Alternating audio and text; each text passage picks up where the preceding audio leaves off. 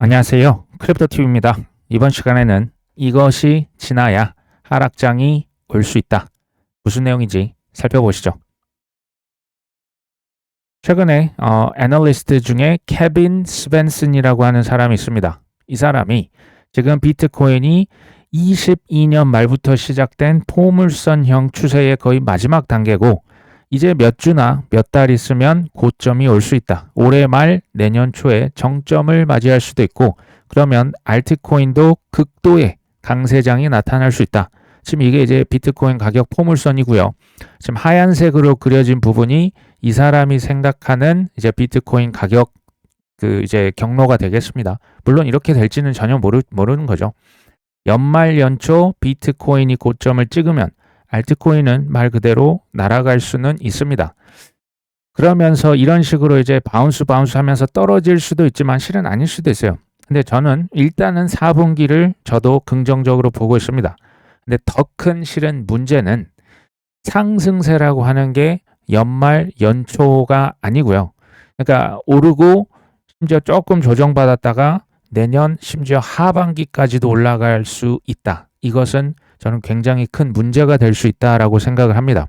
왜냐하면 생각해 보시면 분할 익절하고 참았다가 잘 팔았는데 그거 못지않게 거의 뭐 2배로 날아가고 3배로 날아가 버리면 사람들은 그때 아마 이성을 잃을 수도 있습니다.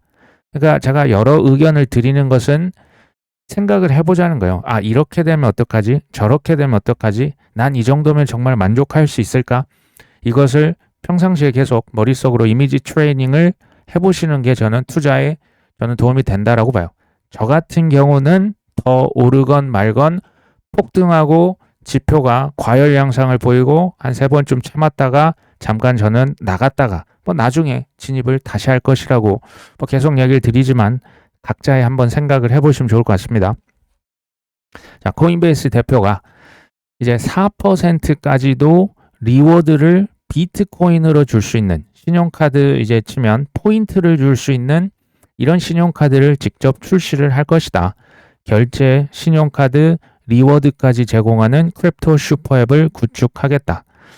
신용카드 쓸 때마다 우린 잘 모를 수 있지만 2%에서 3%의 수수료가 매번 나가고 있습니다. 이것은 부당하다. 결제 정보는 단순한 데이터를 전송하는 건데 이것은 당연히 무상으로, 무료로 제공이 돼야 된다. 이런 얘기죠. 저만 해도요. 결제액의 4%를 비트코인으로 리워드 해주는 신용카드 저 당장 갈아탈 의사가 있습니다. 굉장히 이제 어필링 할 거라고 좀 보고요.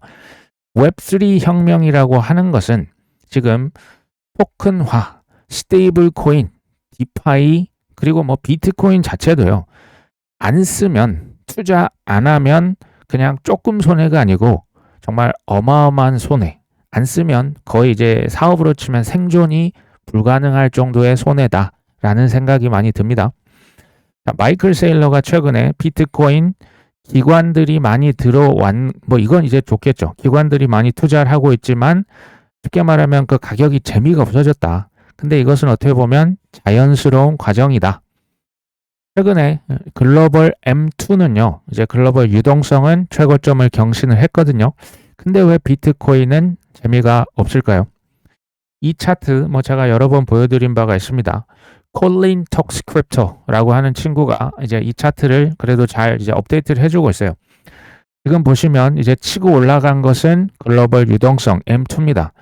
잠깐 조정을 받았지만 다시 또 올라가면서 최고점이 또 경신이 됐습니다. 근데 비트코인 어떻습니까? 주황색은 여전히 조정 횡보. 글로벌 M2는 올랐는데요. 비트코인은 오히려 떨어졌다라고도 볼 수 있죠. 심지어 역의 상관관계로 이렇게 돌아섰습니다. 그렇죠? 앞으로 어떻게 될 것이냐 이것을 가지고도 설왕설래가 장난이 아닙니다. 어떤 사람들은 당연히 저까지 비트코인이 쭉 치고 올라갈 것이다. 어떤 사람은 오르긴 오를 거야. 근데 글로벌 M2까지는 미치지 못할 것이다. 이런 사람도 있어요. 저는 글로벌 M2와 비트코인은 장기적으로는 방향성이 일치합니다. 다만 단기적으로는 얼마든지 서로 엇박자가 난 적이 생각보다 많았다는 사실을 우리가 또 잊으시면 안 돼요. 대략 한 80% 왔다 갔다 또 88%까지도 일치하는데요. 단기적으로는 이게 엇나가면 우리의 투자 방향에 있어서 또 큰 어떤 혼란을 줄 수도 실은 있습니다. 저의 개인적인 의견은 결국에는 비트코인은 글로벌 유동성 M2를 따라갈 것이라고 보지만 이거 하나만 보진 않겠다라는 겁니다. 당분간은 저는 어찌됐건 최소 4분기는 나쁘지는 않게 보고 있습니다. 정확히 뭐 단기적으로 얼마까지 비트가 갈 것이냐 요건 모릅니다. 그래서 더더욱 뭐 이제 비트코인뿐만 아니고 알트코인들이 막 폭주 기관차처럼 달려간다. 막 RSI가 막 90이 넘어가는데 이게 막 몇 주가 지속된다. 더더욱 저는 더 팔 겁니다. 특히 알트코인은 시원하게 익절 한번 하고 뭐 가도 더 오르면 전 할 수 없다. 그냥 이렇게 생각을 하려고 합니다. 줄리안 비텔이라고 있어요. 그 GMI, 즉 라울 팔이랑 같이 일하고 있는 이제 크립토 쪽, 또 특히 유동성, 비즈니스 사이클 이런 쪽에 대가라 보시면 됩니다. 이 사람이 지금 이런 얘기를 하는 거죠. 여러 지표를 골고루 살핀 후에 투자 결정을 하는 것은 좋은데 이 사람 얘기는 뭐냐? 사람들이 지금 너무 복잡하게 생각하고 있다. 단순해질 필요가 있다. 이 사람이 지금 얘기하는 지표 중에 하나는 ISM 지표예요. 쉽게 말하면 비즈니스 사이클이죠. 지금 자영업 하시는 분들 혹은 중소기업 혹은 이제 대기업도 마찬가지죠. 사업에 있어서도 실은 사이클이 있거든요. 이것을 ISM이라고 하는 지수로 나타내요. 그러니까 비즈니스 사이클이 지금 뒤로 조금 미뤄졌다. 그러면 비트코인의 4년 주기 사이클도 뒤로 조금 미뤄질 수 있는데 이것을 이제 너무나 이제 오버띵킹 하는 거죠. 이거 4년 주기가 맞는 거 아니야? 또 이제 잘못된 거 아니야? 그럼 어떻게 해야지? 그냥 뒤로 미뤄지면 미뤄진 거다. 지금 이렇게 그냥 얘기를 하고 있는 거예요. 비트코인 사이클이 뒤로 미뤄지면 다른 알트코인 사이클도 미뤄질 수 있는 거겠죠. 그렇죠? 그러면서 비트코인은 매크로 거시경제에 영향을 받는 자산이다. 맞는 얘기입니다. ISM이나 PMI라고 하는 지수는요. 참고로 지금 최근에 오신 분들 위해서 미국의 제조업 혹은 서비스업 이제 그 구매 담당자 같은 실제 이제 현업에 있는 분들에게 설문조사를 합니다. 지금 경제가 앞으로 더 좋아질 것 같습니까? 더 안 좋아질 것 같습니까? 이 기준은 대략 50, 지수 50 이상이면 경제가 좋아진다. 50 이하면 경제가 안 좋아진다. 대략 이것을 100명한테 물어보면 52명이 긍정적으로 보고 있다. 그러니까 52%라고 그냥 보셔도 그냥 무방하다라는 하고 이렇게 이해를 해주시면 됩니다. 근데 ISM 지수가 지금 검정색이죠. 빨간색은 비트코인의 이제 조금 그 가격을 반영을 한 ISM 프라이싱이라 보시면 됩니다. 거의 뭐 비슷한 느낌으로 이제 가고 있는 거죠. 사실 그냥 일반적으로 얘기를 하면 그 비트코인과의 상관관계가 더 높은 것은 글로벌 M2입니다. ISM PMI 지수도 영향은 있지만 그냥 절대적인 수치는 글로벌 M2, 유동성이 더 크다라고 보시면 돼요. ISM 지수 그리고 비트코인의 상관관계 이것은 여러 지표 중에 하나라고 여전히 볼 필요는 저는 있다고 봐요. 근데 과거 지금 요 최근에 3년 정도 보시면 밑에서 그냥 계속 놀고 있잖아요. 지금 50 밑입니다. 3년 동안이나 ISM이 50 밑에서 놀았던 적은 이 지난 한 40년, 50년 한 번도 없었어요. 이렇게까지 눌린 적이 실은 굉장히 드문 일이에요. 역사적으로 최장 ISM 50 이하입니다. 비즈니스 사이클이 그만큼 그러니까 사업하면 안 좋았다는 얘기예요. 지난 3년 동안. 고금리였잖아요. 강달러였지 않습니까? 빚도 많았지 않습니까?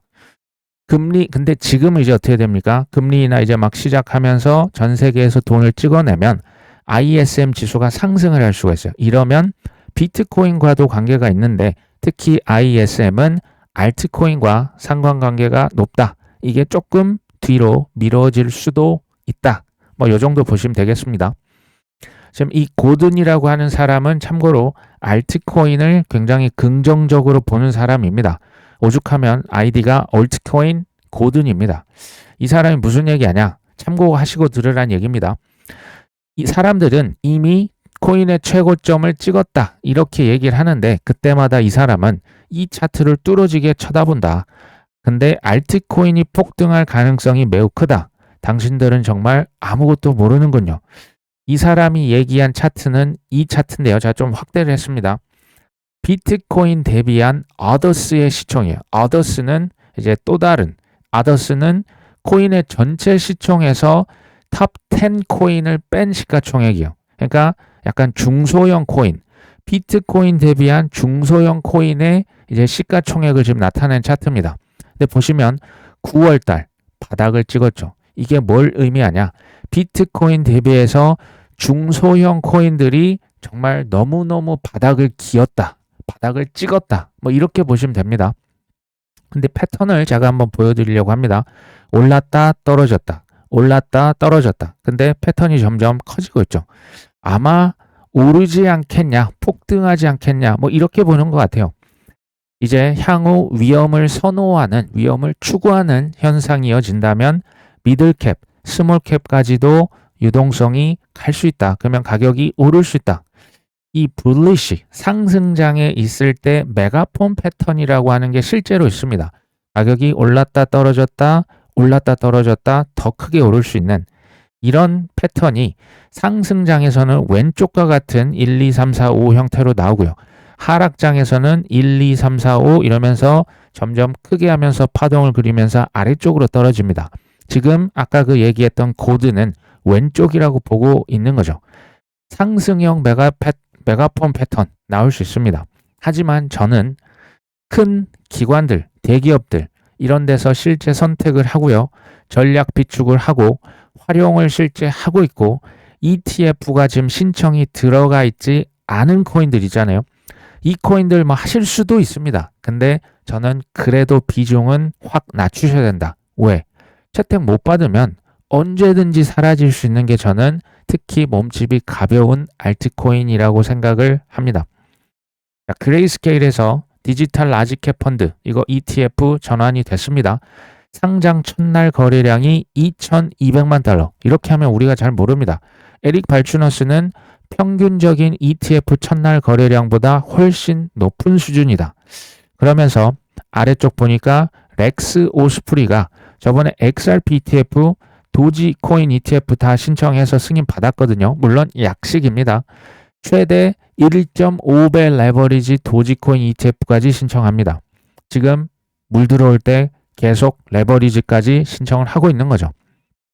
올해 들어서 이제 ETF 전체로 봤을 때 첫날 거래량 1위가 XRP ETF였어요. 이 렉스가 신청한 거죠. 5위가 도지코인이었거든요. 그 중간 어디쯤에 그레이스케일의 디지털 라지캡 ETF가 들어갑니다. 그럼 뭐 2위, 3위, 4위 중에 하나가 되겠죠. 이게요. 지금 코인들끼리 경쟁하는 게 아닙니다. 전체 ETF 중에서 코인들이 여전히 앞에 탑 5를 지금 선점하고 있는 거예요. 이건 뭘 의미하냐? 불장의 냄새를 맡은 기관들은 코인에 대한 관심이 생각보다 크다는 것을 의미합니다. 그럼 이렇게 또 얘기하실 수 있습니다. 개미 투자자들은 관심 하나도 없던데요. 맞습니다. 개미 투자자들에게 지금 하나도 관심이 없다는 게 아직도 이제 다 같은 알트라고 다 같은 알트가 아니에요. 우량 알트코인들, 그들이 선택한 코인들도 다 같이 지금 저조한 관심을 받고 있는 것은 저는 여전히 기회가 남았다라고 보는 거예요. 불장은요, 개미들을 탑승을 시키지 않고는 끝이 오지 않습니다. 이것 좀 기억해 주시면 좋을 것 같아요. 기관들 입장에서 뭐 전략 비축한다, DAT 기업이라고 지금 뭐 난리도 아니지 않습니까? 스트래터지 이제 비트코인만 사는 게 아니잖아요. 알트코인 그냥 눈 뜨고 일어나면 이번엔 스위코인, 뭐 이제 도지코인, 뭐 XRP, 솔라나, 누가 뭐 비텐서, 타오, 우리는 이름도 잘 몰랐던 코인도 계속 사고 있습니다. 그렇죠? 기관들은 항상 선 저가 매수합니다. 근데 이게 결국에는 팔아서 수익을 내야 이제 기관들이 돈을 벌어야, 왜? 먼저 뛰어들었잖아요. 그러면 이걸 누구한테 물량을 떠넘겨야 되냐? 일반적으로는 개미 투자자들에게 물량을 떠넘깁니다. 2017년도 그랬고요. 2021년도 사실은 그랬어요. 그리고 나서 하락장이 왔었죠. 지금 개미들이 막 눈이 이렇게 뒤집혀서 지금 막 알트코인, 비트코인 뛰어듭니까? 아니잖아요. 아직 끝이 아니란 얘기예요. 아직 끝이 안 난 겁니다. 지금 탔잖아요. 기관들 사고 있는 것까지 뭐 부인하실 분은 없겠죠. 기관들은 지금 무섭게 매집을 하고 있어요. 막 법을 뜯어 고치고 대통령을 바꾸고 장관을 바꾸고 난리가 아닙니다. 관심을 근데 개인 투자자들은 정말 뭐 일도 없다. 맞잖아요. 이게 뭘 의미할까요? 한번 생각해 보시면 좋을 것 같습니다. 해시키 캐피털 그리고 OSL 그룹 이 두 개 그룹은 홍콩에서 가장 먼저 승인을 받았던 코인 거래소 그룹입니다. 중국 본토와도 실은 연결이 되어 있는 그룹들인데요. 여기에 지금 CEO가 굉장히 인사이트가 있는 얘기래요. 기업들이 암호화폐 재무 전략을 투기적 자산이 아닌 전략적 준비금으로 접근해야 된다. 이거 가지고 그냥 뭐 팔자 고치는 이런 지금 수준으로 접근하면 안 된다라는 거예요. 장기 전략과 거버넌스를 갖춘 기업만 변동성 장세에서 살아남을 수 있다. ETF와 DAT는 경쟁이 아닌 보완 관계이며 DAT는 그러니까 알트코인 사는 거 있죠. 기업이 암호화폐를 장기 운영 구조에 내재화할 수 있게 설계됐다. 지금 뭐 이 복잡한 이런 용어들 있죠. 뭐 ETF, DAT, 선물 옵션, 뭐 자산 토크나 스테이블 코인, 뭐 지니어스법, 클래리티법, 뭐 금리나 돈 찍기, 파생 상품 그들의 작품이라 보시면 돼요. 그들이 지금까지 다 판을 짜왔습니다. 근데 이 얘기를 가만히 생각해 보시면 기가 막힌 거예요. ETF와 DAT가 왜 보완관계라고 얘기했는지 아십니까? 주식하셨던 투자자들에게는 ETF로 코인 팔겠다. DAT 상장 기업에게 팔겠다. 우리에게는 뭘로 판다? 밈코인으로 팔겠다. 코인베이스 그냥 거래소 로빈후드로 팔겠다. 다 팔겠다라고 저는 느껴져요. DAT 그리고 기업은 코인의 장기 운영을 위한 설계다. 이거 맞는 얘기예요. 장기로 무조건 보셔야 되는 거예요. 단기적인 접근 있죠. 빚으로 그냥 막 끌어다가 한 방 사면 주가가 3000% 오르니까 우리도 너도 나도 다 같이 해보자. 상장 기업도 정말 저 세상 갈 수 있어요. 이렇게 접근을 하시면 변동성이 어떻게 맨날 상승만 하겠습니까? 무조건 하락을 겪거든요. 그때 다 사라지는 거예요. 흔적도 없이 사라집니다. 심지어 난 비트코인만 사겠다. 거기도 지나친 비투, 거기도 비나친 영끌 하는 순간 하락장 왔을 때 그냥 생존하기가 어려워질 수밖에 전 없다라고 봅니다. 최고의 투자 전략은 한 11년 끝에 내린 결론은 이거예요. 우량주, 쌀 때 사서 오래 묵히십시오. 이거 외에는 뭐 물론 이제 더 잘하시는 분들 계시지만 제가 찾은 최고의 투자 전략은 이거였습니다. 바이낸스의 창펑차오 요즘에 자주 나옵니다. 내가 비밀 하나 알려줄까? 내가 아는 모든 코인 백만장자들이 있는데 말이야. 그들은 모두 하락장을 겪었었지. 유일한 예외가 있었어. 근데 그들은 모두 하락과 침체를 겪지 않았던 사람들이 유일하게 있었던 사람들 이미 억만장자였어. 이해되십니까? 다시 반복을 합니다. 최고의 투자 전략은 하락을 난 겪지 않고 그냥 기가 막히게 샀다 팔았다 하는 사람들이 아니라는 거예요. 우량주들을 쌀 때 사서 그냥 오래 묵힌 사람들이 쉽게 말하면 수십억 혹은 수백억의 부자가 됐다. 동의합니다. NBA에 농구선수 한 명이 있습니다. 10년 전에 비트코인 투자했던 코인베이스 계정을 복구했는데 그러니까 지금 얘기를 하네요. 2016년도 벤처 투자자 벤 호로위치 생일 파티에 초대가 됐나 봐요. 그때 당시에 $600였던 비트코인을 투자를 했는데 로그인 정보를 까먹었대요. 그래서 비자발적인 장기 보유가 가능했다. 수익률이 얼마입니까? 195배. 유명한 농구 선수거든요. 1000만 원만 투자를 했다고 가정을 해도 거의 20억이 되는 돈이고요. 1억을 투자했다고만 해도 195억이 되겠습니다. 어마어마하죠. 우리 같은 일반인 투자자 전략으로 저는 그러니까 이게 이제 장기 막 10년 하는 게 이게 쉽지 않잖아요. 그래서 저는 전략을 이렇게 가는 거예요. 사이클 플레이를 하는 거고 스윙 기회가 올 수 있을 때 한 번씩 팔겠다라는 거예요. 하지만 장기 물량은 별도로 빼놓는 거죠. 이건 사람마다 10% 혹은 20% 특정 코인 그냥 별도 안 보이는 곳에 10년간 묵히겠다는 거죠. 여기서 포인트는 잘 안 쓰는 주요 원화 거래소. 저 같은 경우는 이렇게 하고 있지만 또 어떤 분들은 개인 지갑을 쓰실 수도 있어요. 뭐 하드웨어 원래 쓰실 수 있는데 좀 연세가 있으신 분들 이게요. 이것도 위험이 있어요, 실은. 이제 뭐 그 비밀 프레이즈 이거 잘못 그 하다가 그 공중에다 우주 속으로 날려버리는 실수도 이제 종종 하시는 분 제가 봤습니다. 그러니까 컴퓨터를 좀 잘 이렇게 어려워하시는 분들은 억지로 뭐 개인 지갑 뭐 굳이 뭐 그렇게까지 하실 필요가 있냐? 뭐 비트 같은 거 쓰시는 게 전 차라리 더 낫다라고 보고 있습니다. 잘 안 쓰는 근데 이제 주요 원화 거래소 그래도 믿을 만한 거래소에 오랫동안 한 10년간 비트코인, 이더리움, XRP, 솔라나 저 같은 경우는 요 4개 정도는 일정량을 그냥 타임캡슐 태워서 까보지 않겠다. 전 그냥 이렇게 보고 있습니다.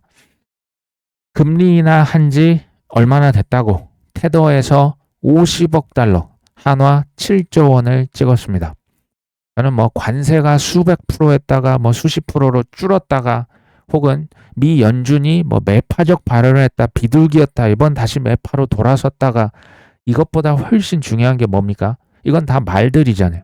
뭐 하겠다 말겠다 어지러운 거죠.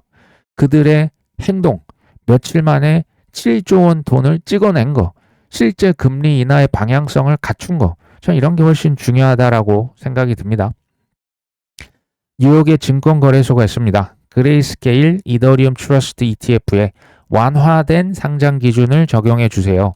파생상품 거래소에서 6개월간 이상의 선물 거래가 이루어지면 자동 프리패스죠. ETF 승인, 별도 심사가 없이. 이게 이제 되면 ETF 홍수 정말 나옵니다. 그레이스케일이 도지코인 트러스트도 지금 ETF 전환 신청을 이미 지금 수정본을 제출했습니다. 그레이스케일이 신청한 것들은 주목해서 보시라고 제가 계속 얘기를 드렸죠. 이런 것들은 말뿐이 아니고 실제적인 행동들입니다. DAT, 전략 비축 이렇게까지 보여줘도 못 믿으시면 코인을 굳이 하실 필요가 있냐라는 생각을 저는 합니다.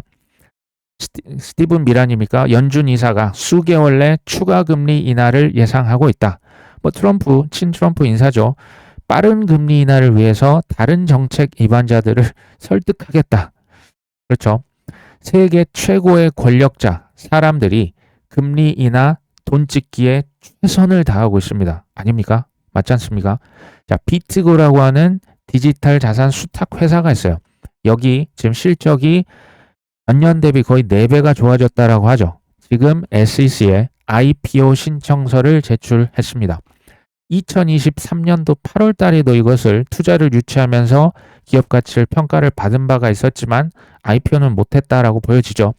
22년, 23년, 24년 쉽게 말하면 지난 하락장에 IPO를 정말 하고 싶었는데 못했던 코인 회사들이 너무 많죠. 왜요? 게리 갠슬러가 그냥 뭐만 하면 기소장을 날리고 있는데 어떻게 거기에 주식을 상장하겠습니다. 감히 이렇게 얘기를 하겠습니까? 지금 어떻게 됐습니까? 완전 돌아섰죠. IPO 그냥 너나 할 것 없이 코인 회사들 특히 이제 트럼프 정부의 로비를 많이 했던 기업들은 IPO 실제로 하고 주가가 빵빵 이제 뛰어오르고 있습니다. 뭘 의미할까요?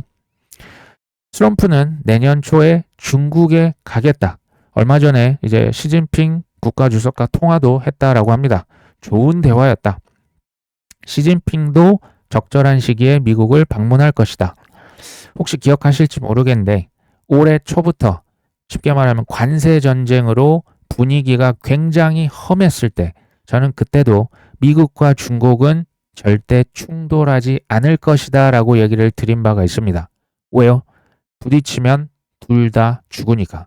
둘 다 죽을 선택은 절대 하지 않을 테니까. 정말 관세를 뭐 140%요? 그렇게 하면 둘 다 정말 죽습니다. 국가 지도자이기도 하지만 이 두 분은 표가 필요한 정치인이라고 하는 것을 우리가 염두에 두셔야 됩니다. 그렇기 때문에 저렇게까지 극단적인 어떻게 보면 저는 이걸 쇼라고 봅니다. 이게 이제 그렇게까지 분위기를 연출을 해서 이제 본인의 지지자들을 만족을 시켜야겠죠. 단 저는 그럼에도 이전과 같은 자유무역 시대, 글로벌라이제이션의 시대는 이제는 끝났다라고 봐요. 앞으로는 더더욱 각자 도생의 시대가 됩니다. 지금 뭐 미국의 미친 미가 있습니까? 우방국들에게도 뭐 관세 때리고 뭐 일본, 대만, 한국 얄짤없죠. 안 봐줍니다. 핵 개인화. 그러니까 이것을 뭐 송기령 박사님은 이렇게 표현하더라고요. 중량화 시대에서 경량화 시대로 가고 있다. 뭐든지 다 가벼운 시대로 가고 있다. 저는 이런 시대가 이미 도래했다라고 보고 있습니다. 뱅가드에서 5천만 달러의 메타플래닛 주식을 보유하고 있다. 10조 달러의 자산을 운영하는 뱅가드. 뭐 세계 2위입니다. 1위는 블랙락이죠. 일본의 스트래터지라 불리는 메타플래닛 주식을 5천만 달러, 한 600억 원 이상 들고 있습니다. 제가 이거 예전에도 계속 얘기 드렸죠. 메타플래닛 대주주는 뱅가드, 인베스코, 블랙락, 캐피탈그룹. 캐피탈그룹도 세계 10위에 랭크가 되어 있는 굉장히 큰 미국에 있는 자산 운용사거든요. 메타플래닛이 돈을 어디서 수분이 있으니까 비트코인을 21만 개 산다고 했지 봤더니 이런 친구들이 대주주인 거예요. 그들의 말은 뭐였어요? 뱅가드. 우린 비트코인 ETF 안 해. 그거 별로 재미없는 것 같아. 안 좋은 것 같아. 행동은 뭐였습니까? 뱅가드가 지금 사지 않은 주요 코인 관련된 기업의 주식이 거의 없어요. 채굴회사, 뭐 코인베이스, 거래소 이런 뭐 지금 메타플래닛 할 것 없이 어마어마해요. 뱅가드는 안 들어간 곳이 없다라 보시면 돼요. 그러면 이게 말이 안 맞지 않습니까? 행동이랑 서로 일치하지 않는 거죠.